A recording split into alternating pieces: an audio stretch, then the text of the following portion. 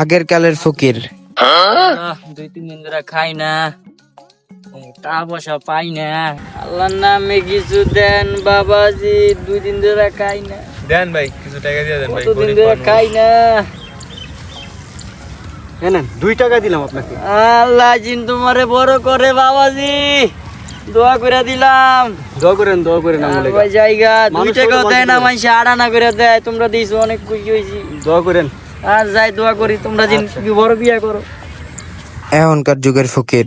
আল্লাহ নবীজির নাম 10টা টাকা, বেটা 10 টাকা। আল্লাহ নবীজির নাম 10টা টাকা দেন না ভাই।